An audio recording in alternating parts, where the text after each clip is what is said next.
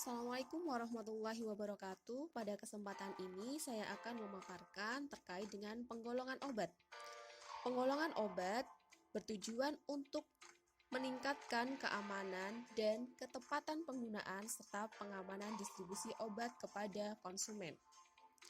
Penggolongan obat menurut undang-undang dibagi menjadi 4. Yang pertama adalah obat bebas, yang kedua obat bebas terbatas, yang ketiga obat keras, dan yang keempat narkotika dan psikotropika.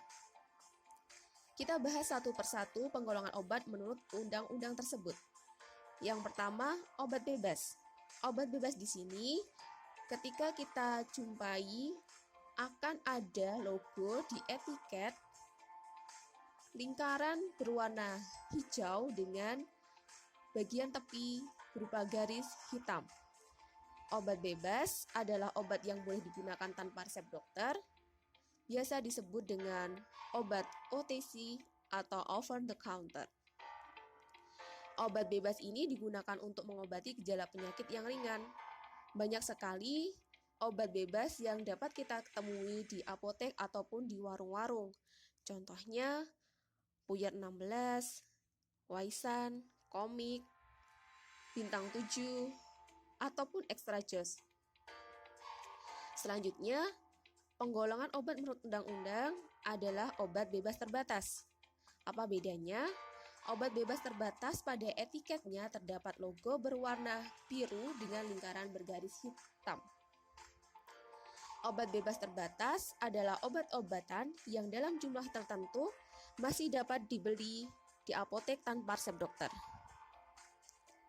Nah, contohnya ada obat mabuk seperti antimo dan anti-flu atau roza. Penggolongan obat selanjutnya adalah obat keras. Obat keras sendiri di sini ada tanda logo di etiket berupa lingkaran berwarna merah dengan huruf K di tengahnya, kemudian di bagian tepi ada lingkaran berwarna hitam. Obat keras adalah obat yang berkhasiat keras yang untuk memperolehnya harus dengan resep dokter.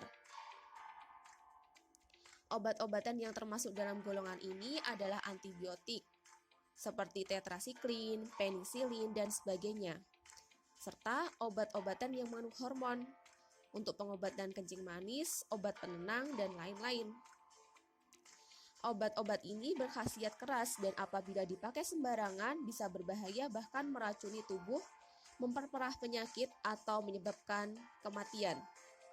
Oleh karena itu, penggunaan obat keras sangat diawasi ketat oleh pemerintah. Bahkan apotek yang menjual obat-obat keras ini ketika dibeli oleh konsumen wajib melakukan pelaporan kepada pemerintah.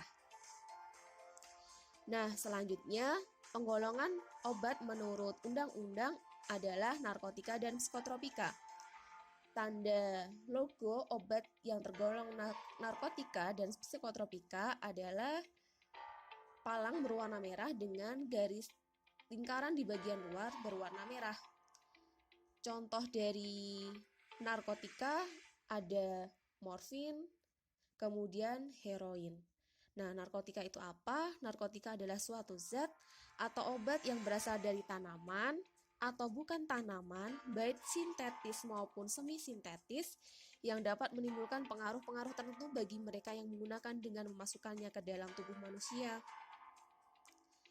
Sementara psikotropika adalah zat atau obat yang dapat menurunkan aktivitas otak atau merangsang susunan saraf pusat dan menimbulkan kelainan perilaku, disertai dengan timbulnya halusinasi, ilusi, gangguan cara berpikir, perubahan alam perasaan, dan dapat menyebabkan ketergantungan serta mempunyai efek stimulasi bagi para pemakainya. Contohnya ada ekstasi, kemudian ada sabu-sabu. Nah, menurut Undang-Undang RI Nomor 5 Tahun 1997, golongan psikotropika ini dibagi menjadi 4 golongan. Masing-masing golongan terdiri dari berbagai macam jenis.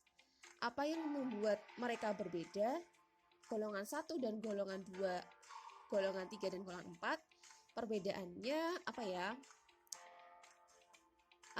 Perbedaannya adalah Psikotropika golongan 1 adalah psikotropika yang tidak digunakan untuk tujuan pengobatan dengan potensi ketergantungan yang sangat kuat. Psikotropika golongan 2 adalah psikotropika yang khasiat terapi tetapi dapat menimbulkan ketergantungan. Psikotropika golongan 3 yaitu psikotropika dengan efek ketergantungannya sedang dari kelompok hipnotik dan sedatif. Psikotropika golongan 4 yaitu psikotropika yang efek ketergantungannya ringan. Nah, oleh karena itu, psikotropika golongan 1-2 biasanya digunakan untuk riset penelitian, sementara untuk treatment pengobatan banyak yang digunakan adalah golongan 3 dan golongan 4. Nah, selain penggolongan obat menurut undang-undang, ada penggolongan obat berdasarkan sifatnya. Yang pertama adalah obat alami, dan penggolongan obat yang menurut undang-undang tersebut adalah penggolongan obat sintetis. Nah, penggolongan obat alami sendiri itu dibagi menjadi beberapa macam. Sebelum ke situ, teman-teman pasti sudah punya gambaran bahwa obat alami itu berasal dari alam, bisa dari rempah, umbi-umbian, biji-bijian yang tentunya banyak sekali berada di Indonesia, negara kita ini. Obat alami, obat yang disajikan dari ekstrak atau penyarian bahan alam yang dapat berupa tanaman obat, binatang maupun mineral. Obat alami sendiri dikenal sebagai obat tradisional dan sekarang dikelompokkan menjadi 3, yaitu jamu, kemudian obat herbal terstandar, dan fitofarmaka. Apa bedanya? Jamu pada umumnya jenis ini dibuat dengan mengacu pada resep peninggalan leluhur yang disusun dari berbagai tanaman obat yang jumlahnya cukup banyak, berkisar 5-10 macam bahkan lebih. Bentuk jamu tidak memerlukan pembuktian ilmiah sampai dengan klinis, tetapi cukup dengan bukti empiris. Contohnya ada diapet, antangin. Baik, saya lanjutkan. Obat tradisional jenis lain adalah obat herbal terstandar. Obat tradisional herbal terstandar ini berasal dari ekstrak atau penyarian bahan alam yang dapat berupa tanaman obat, binatang maupun mineral. Proses pembuatannya membutuhkan peralatan yang lebih kompleks dan berharga mahal, ditambah dengan tenaga kerja yang mendukung dengan pengetahuan maupun keterampilan pembuatan ekstrak. Bedanya dengan obat herbal terstandar dengan jamu, obat herbal terstandar ada pembuktian ilmiah berupa penelitian-penelitian preklinik seperti standar kandungan bahan khasiat, standar pembuatan ekstrak tanaman obat, standar pembuatan obat tradisional yang higienis, dan uji toksisitas ataupun kronis. Nah, yang terakhir, untuk jenis obat tradisional atau obat alami adalah fitofarmaka. Fitofarmaka adalah bentuk obat tradisional dari bahan alam yang dapat disejajarkan dengan obat modern karena proses pembuatannya yang telah terstandar, ditunjang dengan bukti ilmiah sampai dengan uji klinik pada manusia. Contoh yang dapat kita temui di lingkungan kita, contohnya diapet, stimulum. Nah, itu tadi paparan terkait dengan pengolahan obat. Semoga materi ini bermanfaat, tibanya saat teman-teman untuk mengerjakan post-test yang saya unggah di Classroom. Selamat mengerjakan. Assalamualaikum warahmatullahi wabarakatuh.